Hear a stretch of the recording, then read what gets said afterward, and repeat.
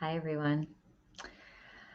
I'm a little bit wonky today, meaning that I'm feeling a little bit slower than usual. So we'll see how it all unfolds. But I still wanted to show up because I have something very interesting to share with you today. And it's about interrupting the pattern. So, in a conversation I was having with my boyfriend, he's quite the wise man.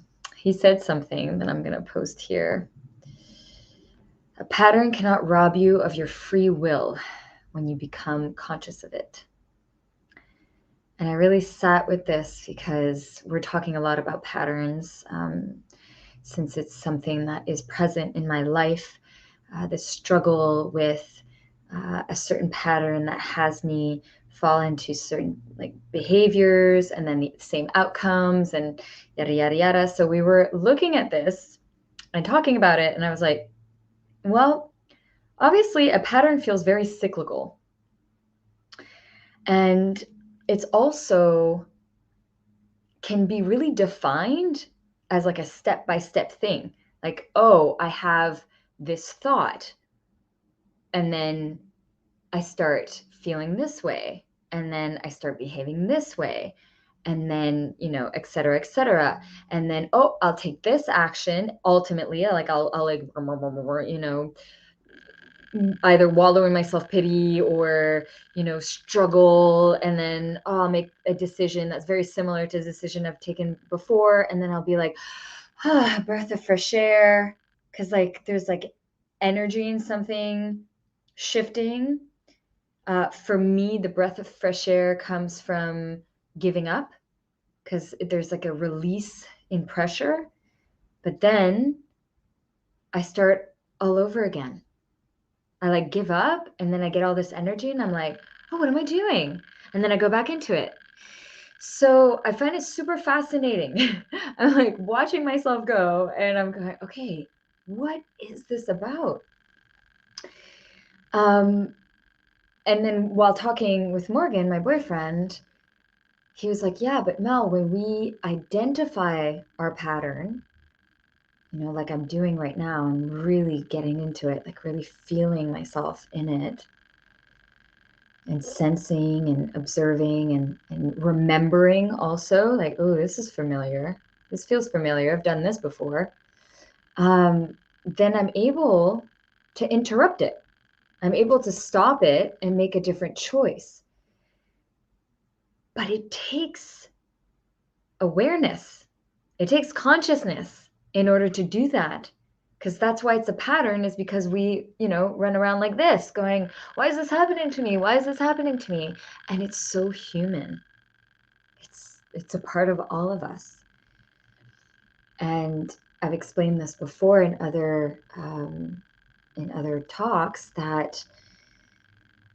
other sharings, I should say, that this is a part of our evolution. This is a part of our journey to have these patterns and to break through them. And one of the reasons why they're there is because they're there to keep us safe. They were developed in a moment where we got really hurt. And in that place, we decided never again. And from there, the pattern began. So bringing awareness is the key. And eventually it becomes predictable. We can start to see, oh, wait, I know this place. I know this place of being stuck, or this place of being destructive, or this place of retreating, whatever it is for you. I know this place. Aha, there's a crack, and then the light comes in. It's very exciting. And because that's where change begins, right? And so I've talked a lot about bringing awareness and consciousness. And the question now remains is, how do we do that? Are there ways, are there clear pathways to discover this? I believe so. I've been going down this path for quite some time. I would say a good, close to 15 years have I been slowly but surely gathering these tools and these practices to gain awareness of myself. And so I've discovered 5 really important pillars that support me. And in the last share, I wrote them all down. And so I just have the list here because I don't want to forget any of them. But there's sensing and feeling. And then there's breathing and energizing, embodying the truth, nourishing our inner relationship, and taking responsibility for our life. Now, these pillars are really complex. Complex, they're not that complex, but the thing is that I could talk and talk and talk about them.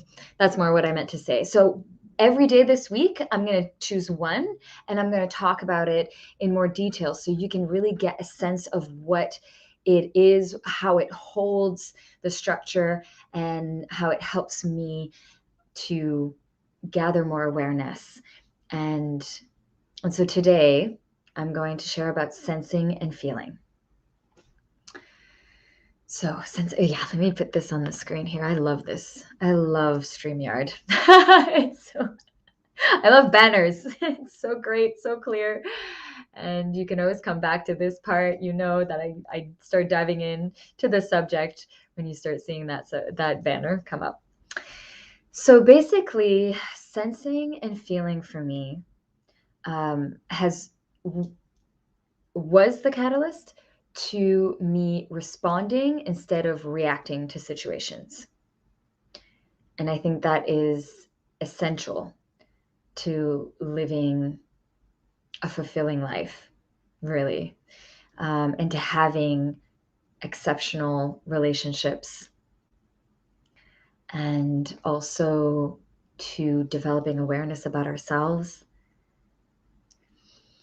And the way that, there's many ways that we can go about developing sensing and feeling.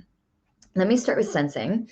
There's definitely meditation. I mean, that's a great way of doing it, where you just sit with yourself in quiet space, in solitude, and you just start to develop that skill of like, what is going on in here?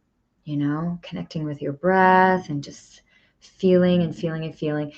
And having this practice, even if you take like 10 to 15 minutes out of your day just to sit with yourself, and the awareness will build and the sensitivity will build. So this is a good way. I also like to use mirror work and just noticing also when I'm in relationship, because the more that we develop this, like what's going on in our bodies, the more that we become sensitive to this, the quicker we are to recognizing what the emotional signature is that is coming up. And then from this place, can we make a choice, take action to respond, come back to self, center, ground, breathe, and then see how we want to respond to the situation instead of it taking us over. We lose our senses. That's that expression, right? Losing your senses because you lost connection with yourself, and then reacting. And then it's just the energy going outward. And it usually, I would say probably always, is not effective.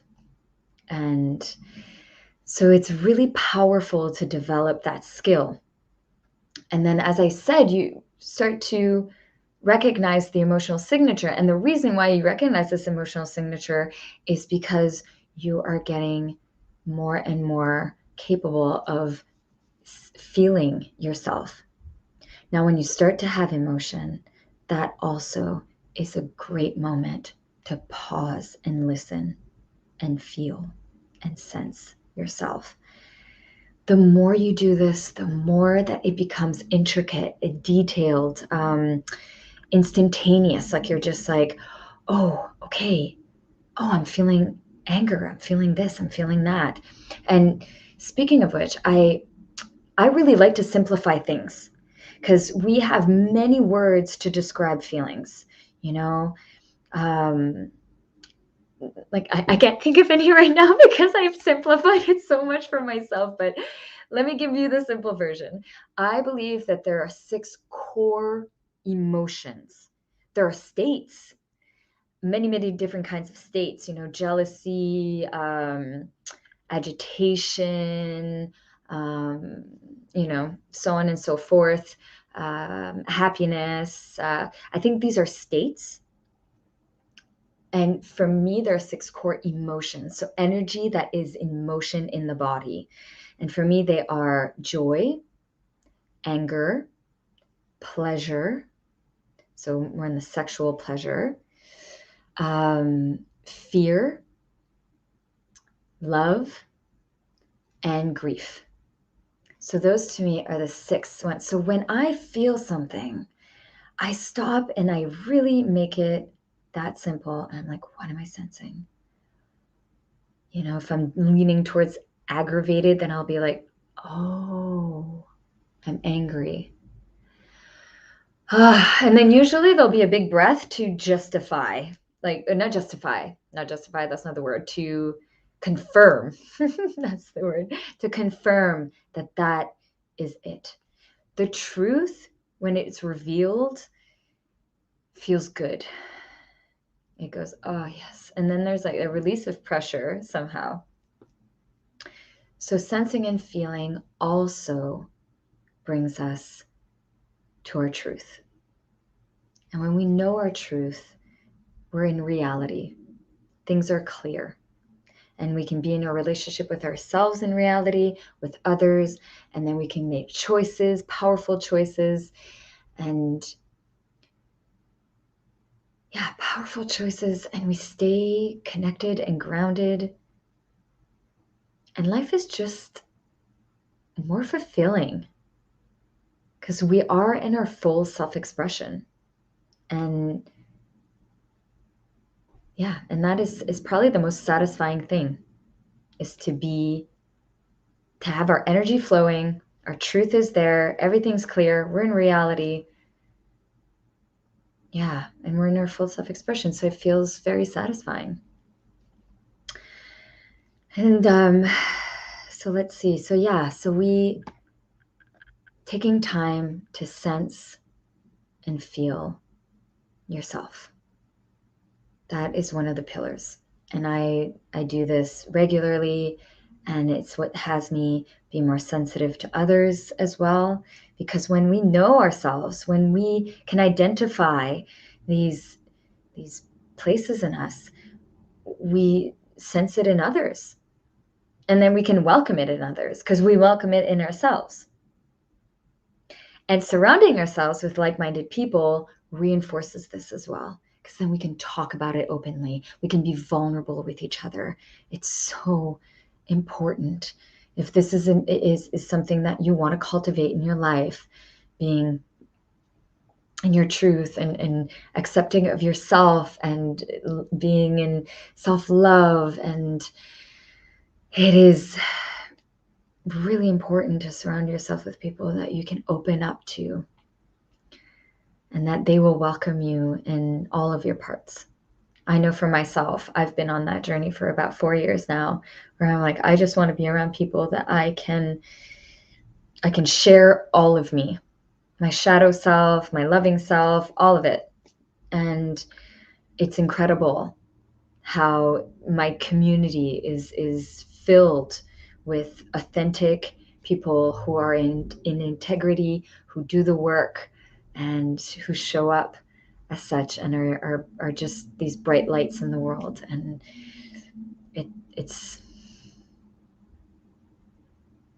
I just feel more alive and more joyful to be alive when I'm surrounded by like-minded people. And so let's bring it back to interrupting the pattern. So all of this, the sensing, the feeling, the surrounding yourself with people who can support you in that, because sometimes we don't see, but others can see it very clearly. So when we have people that we trust around us, who have that language, that way of interacting that has so much love and kindness and gentleness, to help us gather awareness, then it not multiplies, but it speeds up the process, let's say. When we're more together cultivating awareness, like awareness just triggers awareness. So it expands at a faster rate. And this is one of the ways to interrupt our patterns, those patterns in us that has kept us safe, but that we no longer need. Because now we want something else. We want to experience something else. Thank you. We can really say thank you to that part of us that is like, I'm going to recreate this to keep you safe. And we can say, thank you. But guess what? I want to be my full aliveness. I want to show up in my full self-expression. And I want to invite others to do the same. So if I'm going to do that, I can't do this, So thanks, but I'm going to make another choice. And I am offering a introductory workshop on Monday, so next Monday, in a week from now, that have these elements that I'm going to talk about this whole week, as well as tools to cultivate awareness and consciousness, to support you in really interrupting these patterns with gentleness and pleasure and kindness towards yourself. I mean, there's no reason to do the work while putting all like sorts of pressure or whipping ourselves through it. Like there's just no point in doing that. So I really believe in bringing a lot of love, and attention to